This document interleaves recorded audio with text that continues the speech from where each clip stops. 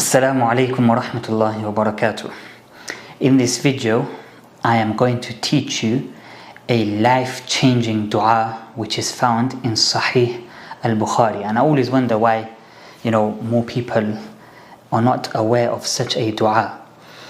It is very comprehensive. It covers, all aspects of life and all things that most people struggle with. For example, depression, mental health issues, sadness, anxiety, worry, financial burden, stress, anything that you can think of. This dua is so comprehensive, it will cover it. And to be honest, I actually heard about this dua many years ago. So in my early 20s, I was, you could say I was struggling or suffering from financial stress and burdens, self-inflicted, you could say, faulty investments and the rest of it. But a friend of mine actually mentioned this dua to me. Now at the time, obviously, when you're just talking, and he just told me, oh, you should read this dua, it'll be quite good for you. So I told him send it to me, and the rest of it he sent it to me, and I didn't really pay attention. But after a while I did look into it. I read the dua, and it's not just about financial stress. I realized that this dua, subhanallah, it covers everything. It's so comprehensive, and you'll hear it in a second. And since then, I've never ever left this dua. Sometimes I pray it I recite it in my salah as well. And I can guarantee Allah subhanahu wa ta'ala will benefit us from the dua. And it's a win-win, because number one, we're making dua, so Allah subhanahu wa ta'ala, He's happy in the first instance that we're reaching out to Him. We know that Inna Allah ala kulli shay'in qadir. Allah subhanahu wa ta'ala has power over all things. Sometimes we forget this. We're struggling, we're suffering in silence, and we think that nobody can really help us, but we forget that Allah subhanahu wa ta'ala has power over all things. We also know that dua can change fate. We also know Allah subhanahu wa ta'ala, Ya Allah, Anta as-Sami', He is the all-hearing, Anta al-Basir, He is the all-knowing, all-seeing, Anta al-Alim, He is the all-knowing, Anta al-Khabir, Anta al-Latif. Anta al-Latif, He knows even the specific details. So He knows the struggles that we're going through, and this dua will, inshallah, as I say, help us with sadness, worry, grief, everything. You'll hear the dua in a second. What I'm going to do is we're going to recite the dua 5 times. The first time I'm going to just recite it to you in Arabic. The second time I'm going to recite it but with the English translation. The third time I'll recite it, but I will pause, and you, the viewer, you can inshallah repeat after me, and then I will probably recite it 2 more times, because why not, right? So let's get straight into it. Don't forget to like, comment, share and subscribe to my channel before we go further, because I intend to bring you more items like this. There are other du'as that I've found thereafter which are very comprehensive as well, but this is my favorite, basically. Bismillah ar-Rahman ar-Rahim. Allahumma inni a'udhu bika min al-hammi wal-hazani wal-ajzi wal-kasli wal-bukhli wal-jubni وَضَلَعِ الدَّيْنِ وَغَلَبَةِ الرِّجَالِ. That is the dua found in Sahih al-Bukhari.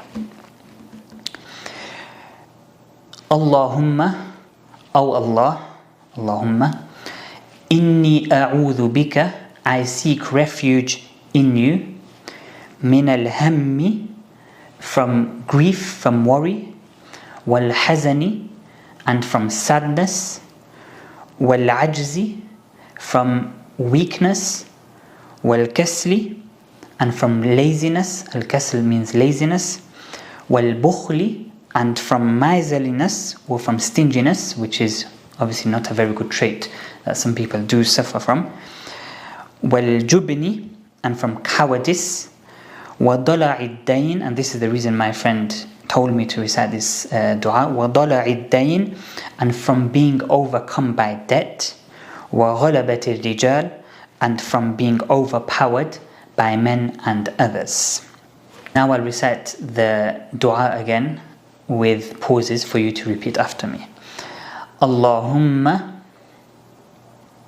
inni أعوذ بك من الهم والحزن والعجز والكسل والبخل والجبن وضلع الدين وغلبة الرجال. O Allah, I seek refuge in you from grief and sadness, from weakness and from laziness, from miserliness and from cowardice, from being overcome by debt and overpowered by men and others. Subhanallah. نسأل الله القبول والإخلاص. We ask Allah subhanahu wa ta'ala, who is the all-hearing, the all-knowing, the all-seeing, to accept this dua from us and bring it into your life. You will certainly see changes. As I say, it's a win-win. We're getting reward for reaching out to Allah subhanahu wa ta'ala in the first instance, and Allah subhanahu wa ta'ala will accept this dua from us if we read it with conviction. As I say, these issues, and for example, mental health issues, depression, anxiety, sorrow, feeling down. Sometimes life takes over. We are overcome by financial difficulties. We know the verse in the Holy Quran, وَلَنَبْلُوَنَّكُمْ بِشَيْءٍ مِّنَ الْخَوْفِ وَالْجُوعِ وَنَقْصٍ مِّنَ الْأَمْوَالِ وَالْأَنفُسِ وَالثَّمَرَاتِ وَبَشِّرِ الصَّابِرِينَ الَّذِينَ إِذَا أَصَابَتْهُم مُّصِيبَةٌ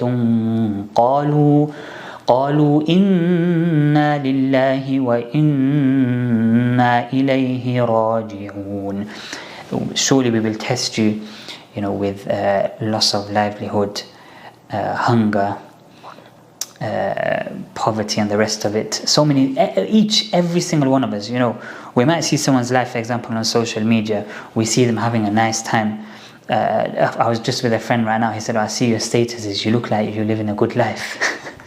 Tell him, yeah, Sheikh, there's always, pros and cons. Everyone is living a life with happiness and sadness. Everyone's going through some sort of struggle.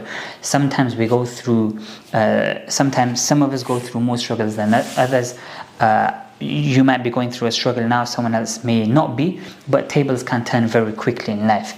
The same friend that I speak to quite often, we've always had the same thing. So when I was going through my financial stresses and difficulties back in the day, I didn't have nothing to my name. I was in massive debt, subhanAllah. We used to literally share one tea because we could only afford £1 between us. I'm just being honest with you. This is life, and I'm not here to shy away. Such is life. But we used to always say, and we always say to Lan, he's doing quite well, alhamdulillah, I'm okay. We always say that, during good times, we know that difficult times will come, and during hard times, we know that good times will come. We have to وَبَشِّرِ الصَّابِرِينَ. We have to follow through with and Allah subhanahu wa ta'ala gives glad tidings to the patient.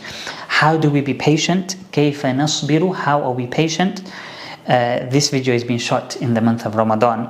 We be patient in the same way where we're hungry, we're fasting, we're staying away from food, drink, and sexual relations. But we be patient in the way that we know the Maghrib adhan will come. That's how we be patient. We know that the good times will come. فَإِنَّ مَعَ الْعُسْرِ يُسْرًا إِنَّ مَعَ الْعُسْرِ يُسْرًا. I can give some explanations around this verse as well.